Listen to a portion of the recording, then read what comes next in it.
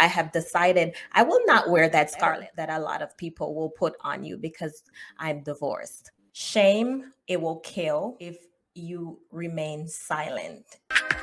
Welcome to the launch of Unshackled Queens. So Keneshia Flemmings has a wealth of experience, over 20 years as an educator. She's a member of the John Maxwell Certified Team, a speaker, coach, trainer, former guidance counselor. She has worked with students from preschool to high school, and that makes her uniquely qualified to help young people and other professionals to grow personally. She currently lives in Texas with her son, and she is, of course, Jamaican. I am supposed to be sharing my story right now, but like I said, shame, it will kill if you remain silent. If you remain silent, it continues to have the rule over your life. One of the things that I realized is that I was very silent. I was being very silent after I got married in 2013. And this was after being saved for a while. So after I got saved, I decided that I was going to do it the right way. So I was faithful in the church, in ministry. I just got lost in just doing the Lord's work. I made myself very busy, not in a bad way, but made sure that I was fully committed to my relationship with the Lord. And after a few years of being in church, I met my husband. So he visited the church from time to time when he was in Jamaica. He is originally from Jamaica. And so I met him at the church and we got together. We were together for a while before we decided that we were going to break up, because he lived overseas actually, and I lived in Jamaica at the time. And he decided that it was not fair for me to be waiting for him. And so we parted ways after a few months. So years passed, and then we came together again. And then this time we got married. We got married after a year. We had premarital counseling, and I thought that we got to know each other better. We knew what we wanted and we desired a future together. We got married. I migrated from Jamaica to the States and we started building our life together. But that was disrupted very quickly because he was in the army and he was deployed. That means they send you from one country to another country for work. And so he had to go to an overseas country, which he would have been there for like 9 months to a year. And this was after us being apart for about 10 months after we got married. So even though we got married, we had these huge periods of time where we were apart. And I think that weighed very heavily on both of us. And that showed in our communication. The communication broke down, to a very, very devastating point where we would not talk as we should. And mind you, he's now overseas. I'm in the States by myself, basically, and I am pregnant with his child. So things started getting worse as he was overseas. And when he came back, we thought that things would have been better, but it wasn't, because it seemed we had spent too much time apart.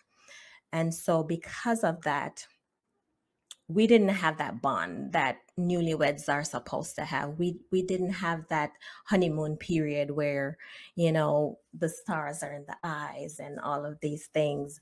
So it just felt very tense. It felt very strained. The beginning of the entire marriage, it was very strained.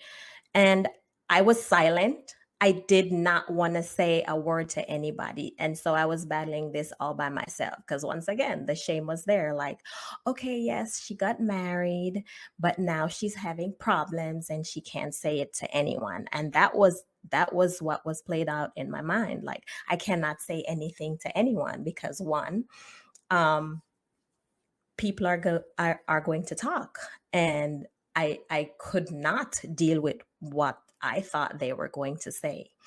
And so I kept silent. I kept silent, and I kept I kept everything to myself until it got to a very, very low and bad point for me. And one of the things that I must pause to say right now, Carl Jung, he says, I'm not what has happened to me. I am what I choose to become. I am not what has happened to me. I am what I choose to become. And even though we went through that tumultuous time, my husband and I still wanted to be married. And so we went through counseling, we went to marital counseling. By now we had our baby and we were just trying to be a family, but it was so strained that I think the strain was too much at this point. And it appeared that we wanted different things. I wanted to have a family. I wanted us to build a future together. I wanted us to, grow old together, but it seemed as if we wanted different things because he was more interested in, I think, promoting himself, making himself feel better. And I'm not sure if he was going through depression at the time. He might have been, but he did not voice that to me. Depression based on his work situation, I don't know, but it just it kept going downhill. And a lot of times people say, oh, having a baby draws you closer together. It does not. Having a baby does not draw you closer together. It actually creates more challenges because now my mindset has changed. And then, to just give you a little insight into me before I got married, I'm the baby of four. And so I was very spoiled. I was very spoiled. I was used to people catering to my needs. I was used to people just doing things for me. And I was used to being in charge, basically. And he, on the other hand, he's an only child. And so he's used to being in charge and people catering to him. So we were both in a very individualistic, selfish mindset, I would say. And I can honestly say that looking back right now, we were very independent because he had built his life. I had built my life before we came together. And so coming together, I do not think we ever became one in the sense that God created us to be one as a married couple.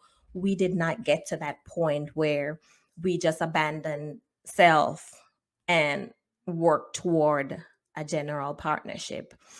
And so it came down to the point where we started saying and doing very destructive things to each other. And that was when I knew this is not the place for me, because it came to the point where it would not have just affected us, but it would have affected our son as well. And that's when I knew that this cannot be what God wants for me. And I remember I would cry out to God, like, God, no, you need to release me from this marriage. Just honestly, I used to cry out to God, like, I know that I asked you for this, but you need to release me from it. And so I'd always vacillate between wanting my own way and wanting to do the Lord's will. I'm like, okay, God, release me from the marriage. But at the same time, I don't want to get a divorce. I don't want to do the things that's outside of your will. So I'd be praying these confused prayers, like God must have thought that like she's not okay. She's very schizophrenic. Because on one hand, I'd be praying, please release me from the marriage. And then I'd be praying, please change him and maybe change me. Maybe. and please just save my marriage. It was a very sad and confusing time for me. And so, just a shame of everything that was happening, not being able to make the marriage work, like trying my very best, because I'm a recovering perfectionist, and I would sign us up for all these classes at church, like trying to build the marriage, logging on to YouTube, making us watch all these videos, just trying to save the marriage. But it was not enough. We were both not working on the same page. We wanted different things. And so ultimately the marriage just disintegrated, and we eventually moved out. We were still married. We moved out from the home, the marital home, and he lived one place. I lived another place with my son. And this went on for like 2 years. Like, we were separated for 2 years, and it it was very heavy on my heart. I would often say, Lord, I know this is not what you intended for me. This cannot be my life. This is not how I pictured things would be for me. And even then, I would just tell close friends or family members, hey, this is what was happening. But I would not open myself to say, hey, I really need y'all to pray for me, pray for my marriage, or just somebody talk to us, because we were just headstrong. We were both very headstrong. And so ultimately, he eventually told me after the period of separation that he had been with somebody else, and then that young lady now is pregnant. It sounded, yeah, it sounded like he had just met the person, and they had um relations or got close, and the person was now pregnant with his child. And at that point, I'm like, there's no way. There's no way this is gonna come back. There's no way we can get back together or have any kind of positive relationship, because at that point I was heartbroken and bitter.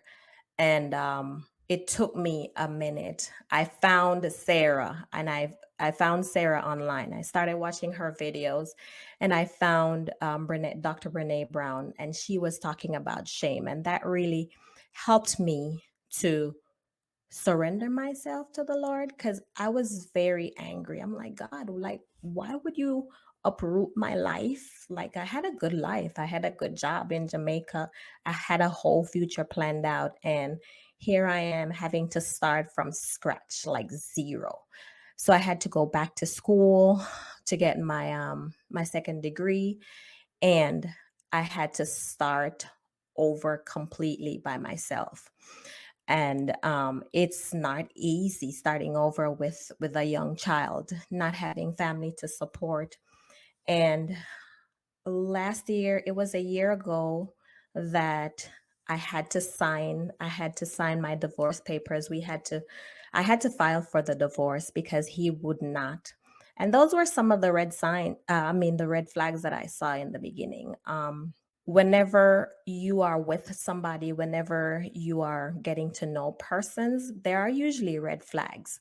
And either you talk about them and try to work through it, or you ignore them and you have to suffer the consequences, which is what I did. I ignored the red flags, and I had to suffer the consequences, because I saw that he was a procrastinator versus me, who was very organized and had a plan for the future.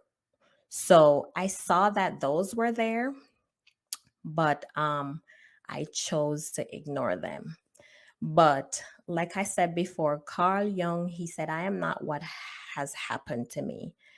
I am what I choose to become. And I chose to get closer to God, just surrendering everything to Him, because I knew I could not do it without God. I knew I could not move forward without the power of God pushing me to get up and to make a life for me and my son, living a life of purpose and pushing past the pain.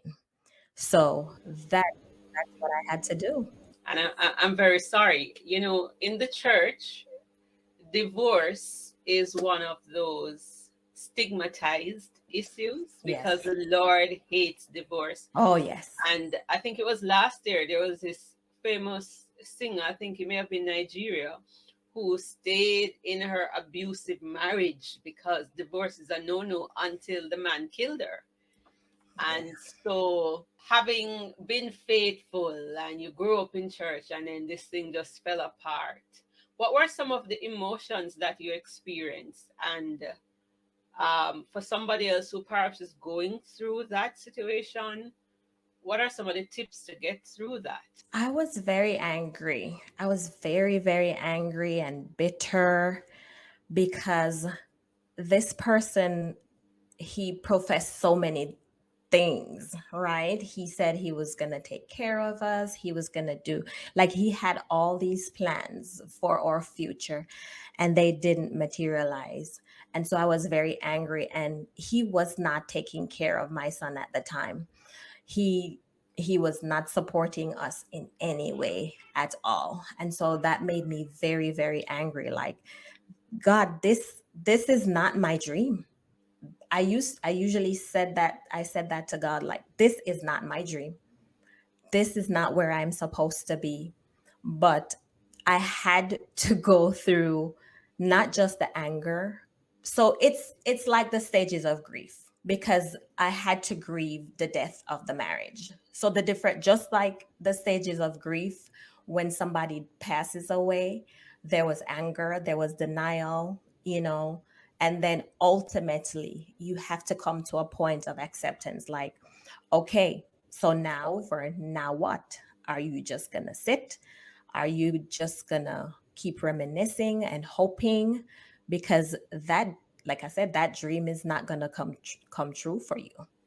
So I had to turn back to God, Ruth, in a very real and personal way, because I realized that, in a sense, I had made this man my God. Like, I had just given everything over to him and allowed him to lead, to be in control. Um, and I didn't invite God into the whole thing. So, like, God was over here, we'd pray our little prayers, have our little devotion, but he was not in the center. So that's one of the things I would tell somebody: have God in the center of every single thing that you do, not just to make your plans and then take them to God and say, God, these are my nice little package plans.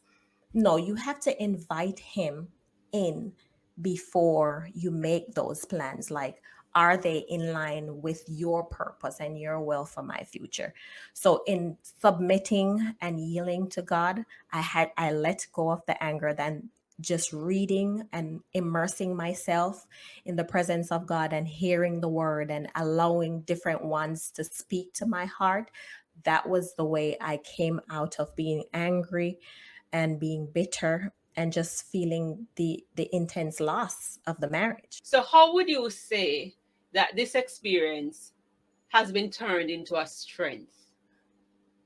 So I think if we speak shame, it begins to wither, right? When we speak shame, it begins to wither. So out of the experience of losing my husband, I have turned the shame into strength by sharing my story. Like, hey, you do not have to go through this by yourself. You do not have to experience heartbreak and brokenness in a little dark room by yourself. You do not have to do it, because there are so many people experiencing the same things that you are experiencing, and you do not have to do it alone. At the end of the day, you have other people who are willing to come alongside you to help you through the journey. And so I've started talking about it. The other way that I'm turning my shame into strength, not just talking about it, but also helping others to get out of their shame as well. So offering counseling, offering coaching, training, I'm doing that as well. The other way that I'm turning my shame into strength is I'm not allowing it to keep me stuck. Because I have seen a lot of persons who have gone through the divorce and their life has ended. And I have made up in my mind, this is not going to be the end of my story. I get to write my story, and this is not the end of it. And so I've gone on and I've gone back to school. I went back to school. I got my degree and I've started a new career, and I'm doing it. I'm taking care of my son, taking care of my family, and this is not going to define me. I have decided I will not wear that scarlet letter that a lot of people will put on you because I'm divorced. I will not wear it, and I'm not going to allow this to define me. I might have gotten a divorce, but that doesn't mean I should wear the title divorced woman. I am a woman, but I'm not going to wear that title. All right, love it. If you have gotten anything out of this story, this testimony, can you put some fire in the chat?